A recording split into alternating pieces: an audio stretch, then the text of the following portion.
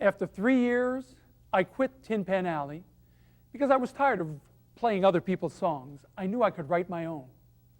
I was taking a walk one night with a friend, and he said to me, "George, you and I could have a big hit. Why don't we work together? It would only take an hour. We'd become rich and famous." So we came back to my apartment, we sat down at the piano, and he was wrong. It didn't take an hour. It took 10 minutes, and all of a sudden we had it. A surefire hit.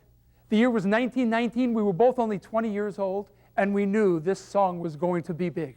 We called it Swanee.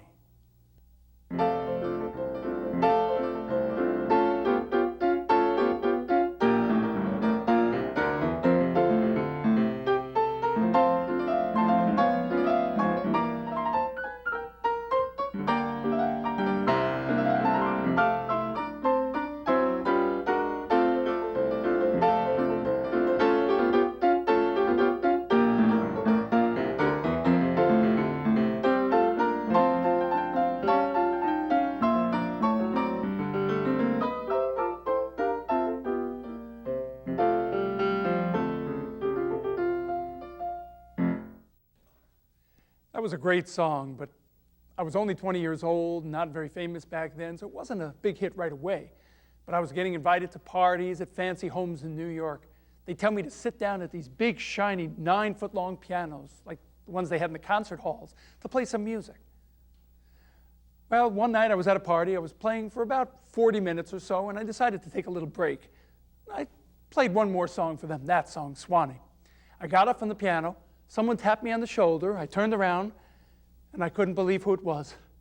The biggest star in show business. Mr. Entertainment, they called him. Very famous singer named Al Jolson. And he said to me, "Kid, what was that song you just played, that last one?" I told him it's called Swanee. My friend and I wrote it last year, but it wasn't a big hit or anything. And he said, "No one liked it, huh? I love it. I can't get that tune out of my head. Please tell me you wrote words to it." So I said, "Yeah, we both wrote the song." And I scribbled down the words on a napkin. He looked at it, and I was a little embarrassed. He got up in front of everyone at this party, and he started yelling, "Everyone stop eating. Put your food down. Come sit around the piano.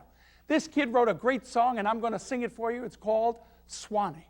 So all of a sudden, I'm accompanying at the piano the biggest star in show business. Al Jolson gets up and sings my song. When he finishes, everyone's clapping. Now, I didn't know, were they clapping for my song or for the way he sang it? They'd clap for him if he got up and sang "Twinkle, Twinkle, Little Star." He told me afterwards, "I love this song. I want to sing it tomorrow night at my show." His show, you could never get into his show. The tickets were always all sold out. So he snuck me in. I hid behind the curtain. Jolson gets up on stage. The orchestra starts playing. He gets up and he sings my song, Swanee. And when he finishes, 2,000 people in the audience won't stop clapping. They made him sing it about a half a dozen times. When he finished, he came up to me and he said, "I told you they'd love it. Tomorrow we're going to go to the studio. We're going to make a recording of this. It's going to be a big hit." So we went to the studio. He made a record, and it was a big hit. And this is what it sounds like. This is that recording that Al Jolson made of my song Swanee back in 1920. Swanee, how I love you, my dear old Swanee. I'd give the world to be among the folks in GIX. I even know your Grammys, waiting for you, praying for you down by the Swanee. The folks up north won't see me no more when I get to that Swanee show. 2 million people bought copies of that record. About 1 million people bought copies of the sheet music. People all over the country were singing it. Now everyone knew my name. I wasn't just some young songwriter. I was George Gershwin, the kid that wrote Swanee. That song takes only about 2 minutes to sing, and it made me enough money to take good care of my family. And to think, when I was a kid, I used to think music wasn't cool. It was a big hit, but I didn't get carried away with myself. I didn't think I was such a big star. You know, there are so many musicians who've had one big hit, they never write another one, and soon the world forgets all about them. That wasn't going to happen to me. Swanee was going to be my first of many big hits. But to do that, I had to study. I had to study all the things about music that I would have studied had I stayed in school. So I studied with professors on how to write music for the concert hall. I studied Broadway theater music. I studied music by geniuses that I understand aren't very well known nowadays and probably weren't that famous back then. Great musicians like Scott Joplin, the king of ragtime. Great pianists like Lucky Roberts, Willie the Lion Smith, James P. Johnson. Other great musicians from the blues and jazz like Bessie Smith, W.C. Handy, Louis Satchmo Armstrong. I studied everything I could. All my life I studied because no one knows everything. You can always learn something new by listening, by studying, by reading. In 1922, Ira and I pooled our talents to become one of America's top songwriting teams. In that year, Ira and I, along with a friend, Buddy DeSilva, sat down and wrote a hit called I'll Build a Stairway to Paradise.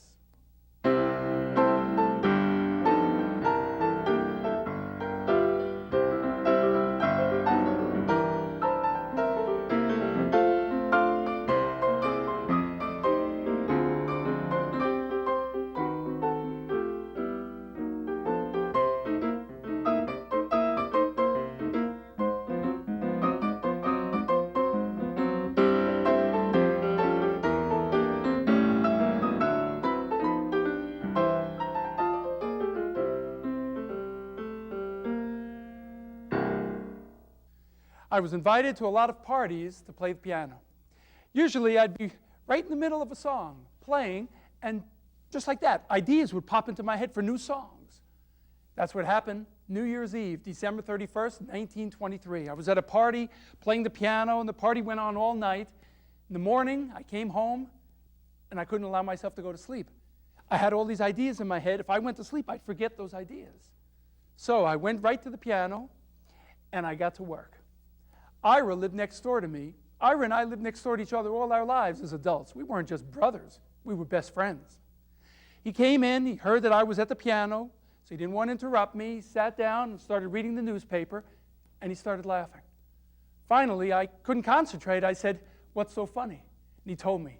There was a story in the newspaper that said in February 1924, in about 6 weeks, there was supposed to be a big concert in the city called An Experiment in Modern Music. And the article said that I was supposed to be writing a big piece of music for that concert, for piano and orchestra. I knew he was kidding. And when I saw the article in the newspaper, I was horrified. I didn't know how to write music for the orchestra. I could write for the voice, the piano, but to write for the orchestra for 15, 20 different musicians playing at different times, different instruments, different sounds, I didn't learn that. I didn't even finish high school. So I knew I had to do something. I ran to the library and I took out a stack of books that high. I came home and I worked day and night. I wouldn't allow myself to sleep more than 2 hours a night so that I worked constantly until I could come up with this music. And I did. I guess it shows that when you have something difficult to do and you're not afraid to really work hard, you can do anything. The concert took place as scheduled, February 12th. Most of the music wasn't really that interesting. So towards the end, when the orchestra and I came out on stage, people were already starting to leave. They came expecting to hear new, exciting sounds, and from what they had heard so far, they were disappointed. So I had to think of something that would make them want to stay. The piece is supposed to start off with the piano playing an introduction all by itself.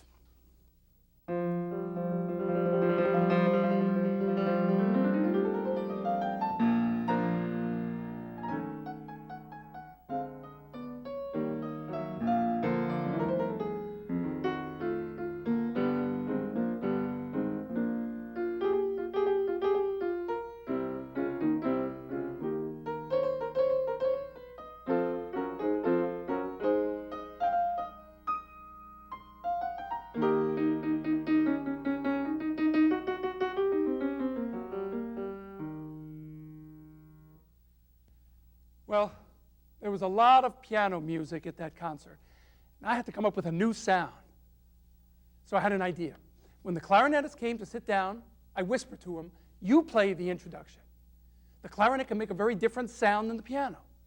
So we started the concert, not with the piano playing those two notes back and forth very fast called the trill, but with the clarinet playing the trill. The clarinet made it sound like someone getting out of bed in the morning and stretching, and then laughing. You can't get that sound out of a piano. People ran back to their seats. This is what they came for.